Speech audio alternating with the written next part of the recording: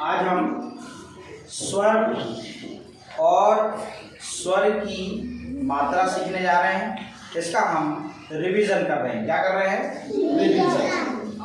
आपने स्वर देखा होगा, ये कौन सा स्वर है? इसको गलती से भी आ ना कहें। इस बात का विशेष ध्यान रखें। इसको बोलना कैसे है? कैसे बोलना है? बात क्लियर है? और ये है अनार, मगर इसको अनार का नहीं बोलना है। अनार एक फल है और इस फल का नाम क्या है? अनार।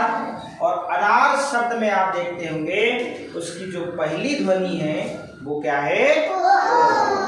क्या है? और अब हमने यदि यहाँ पर अस्वर लिखा तो आप सभी को पता है अस्वर की कोई मात्रा होती है क्या? और आपको शायद ये भी पता होगा कि ये जो अस्वर है इसकी जो मात्रा है वो क्यों नहीं होती? ये बात क्लियर हो चुकी है कि ये जो अस्वर है ये व्यंजन वर्णों में मिला होता।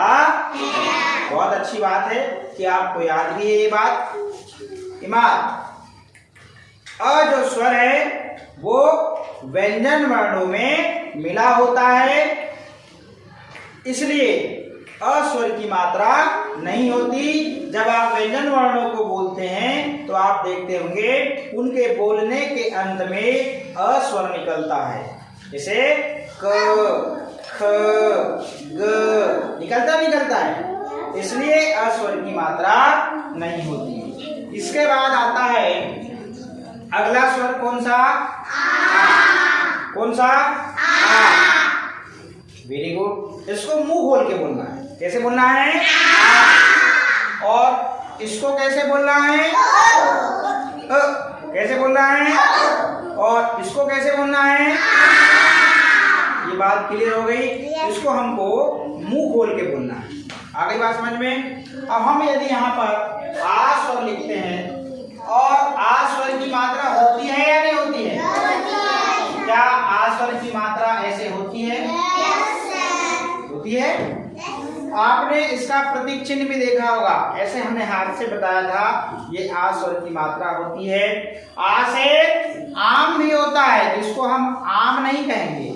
आम ये है आम। यहाँ पर शब्द लिखा हुआ है आम। आम शब्द की पहली ध्वनि क्या है? आ है। इतनी बात क्लियर है?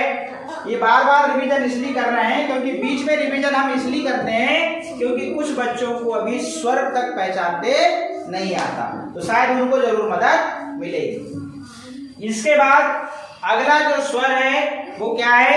ई। इसमें हमने एक चीज बताया कि आपको इसको छोटी ई नहीं बोलना है। इसका उच्चारण करते समय आप कैसे बोलेंगे? धीर से ई। कैसे बोलेंगे? ई। आ रही बात समझ में? ई से क्या होता है? इमली। बाकी इसको इमली नहीं कहना। इमली तो ये है, और इमली शब्द की पहली ध्वनि क्या है? ई है। और ई की मात्रा भी आपने देख लिया है। अभी दोनों को साथ में सीखते हैं। और इसी के बाद में अगला जो स्वर आता है वो कौन सा आता है? ई।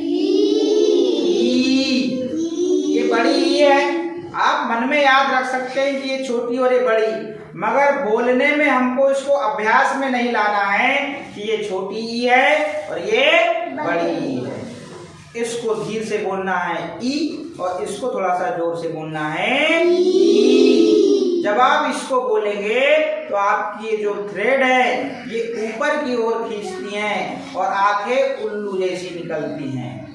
इस बात का विशेष ध्यान रखें। और ये वाली ई से ईक होता है। क्या होता है? ईक होता है। और ईक शब्द का पहला जो स्वर है वो क्या है? ई। ध्वनि क्या है? ई। आ गई बात समझ में? अब हम दोनों को यहाँ पर लिखते हैं। ये हो गया ईश्वर और ये हो गया ईश्वर। इतनी बात समझ में आ गई? ई की मात्रा ये हो गई, और ई की मात्रा ये हो गई। मात्रा में भी हम छोटी और बड़ी शब्द का प्रयोग नहीं करेंगे। जो ई की मात्रा को थोड़ा धीरे से और इसको थोड़ा सा ई की मात्रा। आई बात समझ में? तो ये हो गई ई, और ई के बाद में अब अगला जो स्वर आता है वो कौन सा स्वर आता है? ऊ। और ऊ से क्या होता है? उल्लू। ये है उल्लू, ये नहीं है। उल्लू शब्द का जो पहला स्वर है या अक्षर है वो क्या है? ऊ है। ये तो कुछ लोग इसको ही उल्लू कह देते हैं, है ना। ये है उल्लू शब्द का जो पहला अक्षर है वो क्या है? ऊ है। तो यहाँ पर भी ये दो आते हैं, ऊ, और ये क्या है? ऊ। इसको भी छोटा ऊ और इसको बड़ा ऊ नहीं बोलना है। इसको कैसे बोलेंगे? ऊ। और इसको कैसे बोलेंगे? ऊ। यहाँ पर भी हमारी जो थ्रेड है वो कैसी जा रही है? ऊपर। ये वाले ऊ को बोलने में आंखें हमारी बड़ी बड़ी निकलती हैं और थ्रेड कहाँ जाती हैं? ऊपर की ओर, और थोड़ा जोर लगता है। बस बोलने का तरीका ऊ, और इसको ऊ। ये वाला ऊ से क्या होता है? उल्लू। और ये वाला ऊ से ऊन। ऊन से क्या बनती है? स्वेटर। पहले के समय में ऊन से ही स्वेटर बना करती थी। अब तो आजकल नई नई चीजें आ गई हैं। रेनकोट, रेनकोट मतलब लेदर वाली आजकल कोट आ गई हैं, है ना। रेनकोट तो बरसात में यूज करते हैं। आजकल जॉकेट और नई नई चीजें फैंसी वाली जॉकेट आने लगी बरसात ठंड के हिसाब से। नहीं तो पहले अधिकतर ऊन से ही स्वेटर बनती थी। हाँ, तो ये दो स्वर हो गए। अब हम इनको लिखते हैं यहाँ पे। ये हो गया ऊ, ये हो गई ऊ की मात्रा, और ये हो गया ऊ, और ये हो गई ऊ की मात्रा। अब अगला जो स्वर है वो कौन सा है? री। कौन सा है? ये री है, देख रहे हैं आप। और री से होता है ऋषि, और ऋषि शब्द की पहली ध्वनि है री। अब इसको ऋषि मत कह देना, कुछ लोग री ऋषि का कहते हैं। थोड़ा सही बैठो भैया, इसको री ऋषि का कहते हैं। ये री ऋषि का नहीं है भैया, ये तो सिर्फ री है। और ऋषि मुनि तो इधर बैठे हैं। जब ऋषि मुनि का नाम लिखने की बात आई तो ऋषि शब्द की पहली ध्वनि क्या है? मात्र री है। और हम यहाँ पर री लिख देते हैं, और री की मात्रा ऐसे बनती है, हाफ सर्कल। ठीक है। इसके बाद अगला जो स्वर है वो कौन सा है? ए। कौन सा स्वर है? ए है। और ए से होता है एड़ी। ए से एड़ी, ये है, ना कि ये नहीं है भाई। ये तो सिर्फ क्या है? ए है। और एड़ी शब्द की पहली ध्वनि क्या है? ए। हम यहाँ पर ए लिखते हैं अब। और ए स्वर की मात्रा आपको पता है? ए, पहले बताए थे आपको। ए, अरे बात समझ में? अब इसके बाद जो अगला स्वर है वो कौन सा है? आए। कौन सा है? कौन सा है भाई? आए। अब ऐसे क्या होता है? ऐसे। ये तो ऐनक नहीं है। तो ऐनक में आप देख रहे हैं ऐनक है। ऐनक शब्द की पहली ध्वनि क्या है? ऐ है। क्या है? ऐ है। तो हम यहाँ पर ऐ लिखते हैं, और यहाँ पर इसकी मात्रा बनती है। यहाँ पर ए में एक मात्रा थी, ऐ में कितनी मात्रा हो गई? हो गई, नहीं हो गई? अब इसके बाद में अगला जो स्वर आता है वो कौन सा स्वर आता है? जरा आप सब लोग बोले और थोड़ा सा हाथ बांध के बैठ जाए और अच्छे से देखें। कौन सा आता है? इस ओ स्वर में यदि आप इस आ को छुपा लेते हैं तो काय की मात्रा बन जाती है? काय की? दिख रही है कि नहीं दिख रही है? देख लीजिएगा। अभी हम यहाँ पर ओ से क्या होता है? तो कुछ लोग ओ कच कहते हैं इसको। तो ओखली इधर है भैया। ओखली शब्द में पहली ध्वनि ओ है और ये वाला जो स्वर है ये ओ है। अब यहाँ पर हम ओ लिखते हैं तो मैंने ये कहा कि इस ओ स्वर में यदि आप इस आ को छुपा लेते हैं तो यहाँ पर खुद आपको ओ की मात्रा दिखती है। आ रही बात समझ में? आगे अगला जो स्वर है वो है कौन सा है? आओ है। कौन सा है? आओ है। क्या ये आओ है? देखिए आओ से होता है क्या? औरत। नहीं तो इसको आओ औरत का मत बोल देना। यदि आओ औरत का बोलोगे तो फिर दिक्कत हो जाएगी। आ रही बात समझ में? आओ से औरत होता है मगर औरत शब्द की पहली ध्वनि नित्या। औरत शब्द की पहली ध्वनि आओ। क्या होता है? आओ। हाथ बांध के थोड़ा सीधे बैठे। कुछ लोगों को नींद तो नहीं आ रही है? नींद आ रही हो तो बता दीजिएगा। इसी आओ स्वर में यदि आप इस आ को छुपा लेते हैं तो मात्रा आपको खुद ब खुद दिखने लगती है। नित्या दिख रही है? ऐसा तो नहीं कि हम झूठ बता रहे हैं। ये आओ की मात्रा इस आ को यदि आप छुपाते हैं तो। अब इसके बाद जो अगला स्वर है वो क्या है? अंग। मतलब आ के ऊपर एक बिंदी लग गई तो ये स्वर बन गया अंग। कौन सा बन गया? अंग। कौन सा बन गया? अंग बन गया। और अंग से आपने सुना होगा अंगूर। तो इसको अंगूर का मत कह देना। ये तो सिर्फ क्या है? अंग है। क्या है? अंग। और ये क्या है? अंगूर। तो अंगूर शब्द की पहली ध्वनि क्या है? अंग है। क्या है? अंग है। और यहाँ पर इसकी मात्रा ऊपर एक बिंदी के रूप में दिखती है तो इसे अंग की मात्रा कहते हैं। अब जो अगला स्वर है वो क्या है? अह है। कौन सा है? अह है। कौन सा है? अह से कोई शब्द की शुरुआत होती है क्या? नहीं होती। देखिए अ के बाद में दो बिंदी है। आपके घर में पंडित जी कथा करने आए होंगे तो वो बोलते हैं नमः स्वः स्वाहा। तो यहाँ पे ये वाली मात्रा लगती है। अरे अतः ऐसे कुछ शब्द हैं।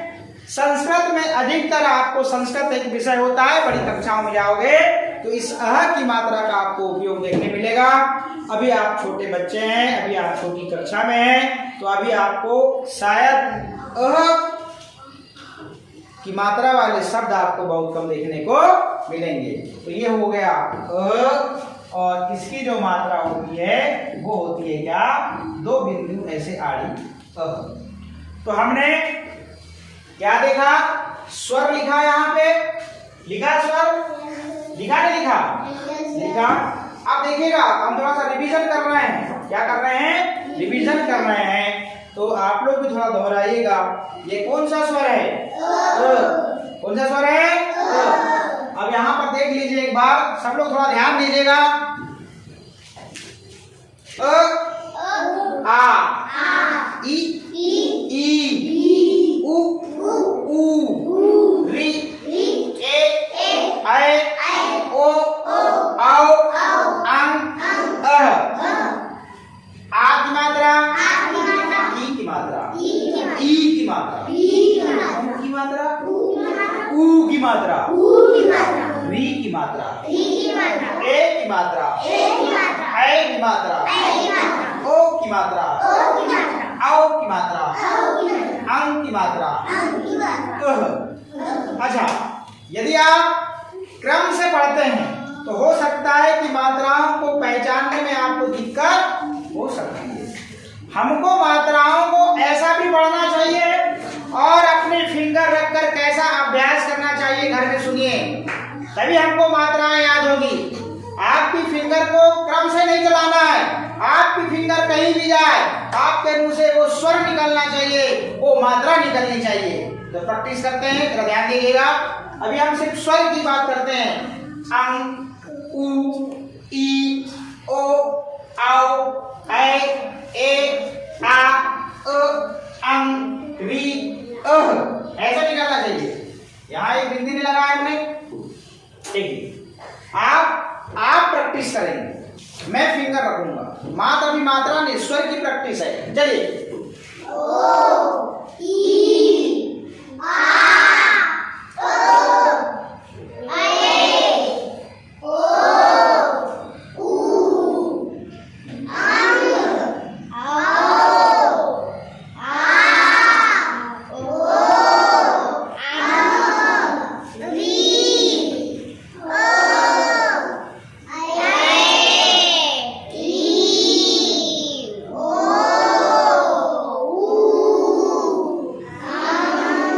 अब मात्रा की प्रैक्टिस, मैं फिंगर रखूंगा, आप बोलेंगे। स्टार्ट करें, रेडी?